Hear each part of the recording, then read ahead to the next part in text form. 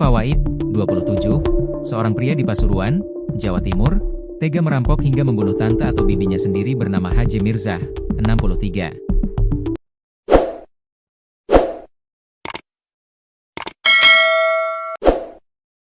Ia ditangkap polisi pada Senin, 14 Juli 2025, malam.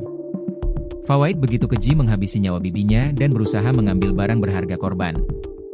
Bahkan pelaku telah merencanakan kejahatannya jauh hari, termasuk dengan membeli pisau yang disiapkannya untuk senjata melukai korban. Kabid Humas Polda Jatim Kombes Pol Jules Abraham Abbas memaparkan, dari pemeriksaan diketahui M. Fawaid yang sudah ditetapkan sebagai tersangka mempersiapkan aksi pembunuhan terhadap korban sejak 2 bulan lalu. Bahkan, rencana hari eksekusi terhadap korban sempat akan dilakoni antara tanggal 6 dan 7 Juli 2025.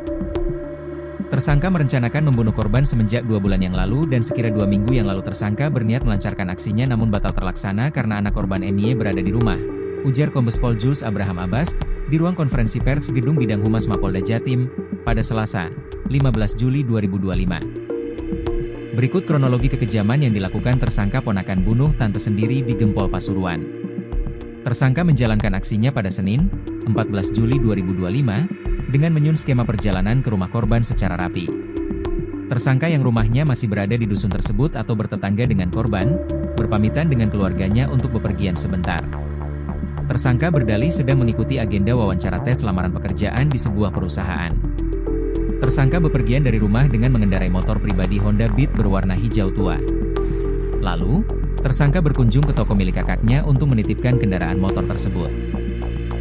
Setelah itu, tersangka sendiri memilih berjalan menuju ke warung kopi, warkop, di bawah jembatan jalur penyeberangan kendaraan bermotor, flyover, penghubung ruas tol Surabaya Gempol. Selama nongkrong di warkop tersebut, tersangka bertemu dengan seorang temannya saksi KB untuk dicarikan kendaraan tumpangan ke suatu tempat. Kebetulan, saksi KB hendak bertemu dengan dua temannya saksi R dan FP. Lalu, saksi KB meminta tolong kepada kedua orang temannya itu untuk mengantarkan tersangka sesuai dengan tujuannya. Tujuan tersangka tak lain dan tak bukan adalah rumah korban. Setibanya di lokasi tersebut, sekitar pukul 8.30 WIB, tersangka kemudian masuk melalui lorong samping rumah korban menuju ke dapur dan bertemu dengan korban. Tersangka berdalih hendak mengambil benda-benda yang tertinggal di dalam garasi tersebut.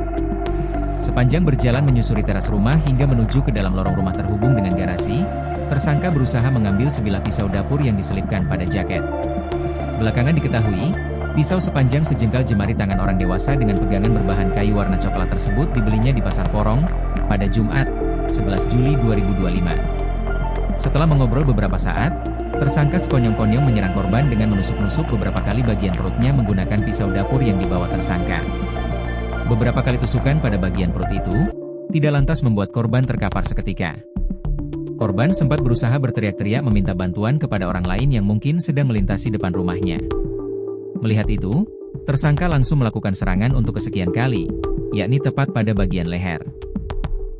Berkali-kali pada bagian perut, lalu berlanjut ke leher, ujarnya di ruang konferensi pers Gedung Bidang Humas Mapolda Jatim, pada Selasa, 15 Juli 2025. Menyadari bahwa korbannya tak bernyawa, tersangka mulai menggeledah hampir seluruh ruangan rumah korban untuk mencari benda-benda berharga apapun itu bentuknya. Hingga akhirnya tersangka menemukan BPKB mobil Honda CR-V warna putih dan BPKB 1 unit motor Honda Vario yang tersimpan di lemari kamar korban. Tersangka sempat melakukan upaya agar menghilangkan petunjuk yang akan mengungkapkan jati dirinya sebagai tersangka. Mulai dari membersihkan ceceran darah korban menggunakan alat pel yang terdapat di dalam rumah. Lalu, membersihkan diri dan mengganti pakaian yang kotor dengan mengenakan pakaian milik anak korban. Setelah tersangka mendapatkan 2 BPKB tersebut, tersangka mengganti baju tersangka dengan baju milik saksi MY, anak korban, ungkapnya. Selanjutnya, tersangka berusaha mencuri mobil pribadi korban.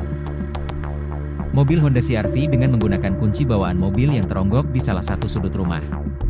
Tersangka berusaha menjual mobil Honda CR-V milik korban kepada seseorang kenalannya melalui medsos secara cash on delivery, COD, dengan bertemu di sebuah kafe kawasan Jalan Cendekia Sidowayah, Celep, Sidoarjo, sekitar pukul 10.30 waktu Indonesia Barat. Tersangka berusaha menutupi jati dirinya dengan menolak menunjukkan KTP sebelum melakukan transaksi penjualan mobil. Hingga akhirnya transaksi tersebut batal.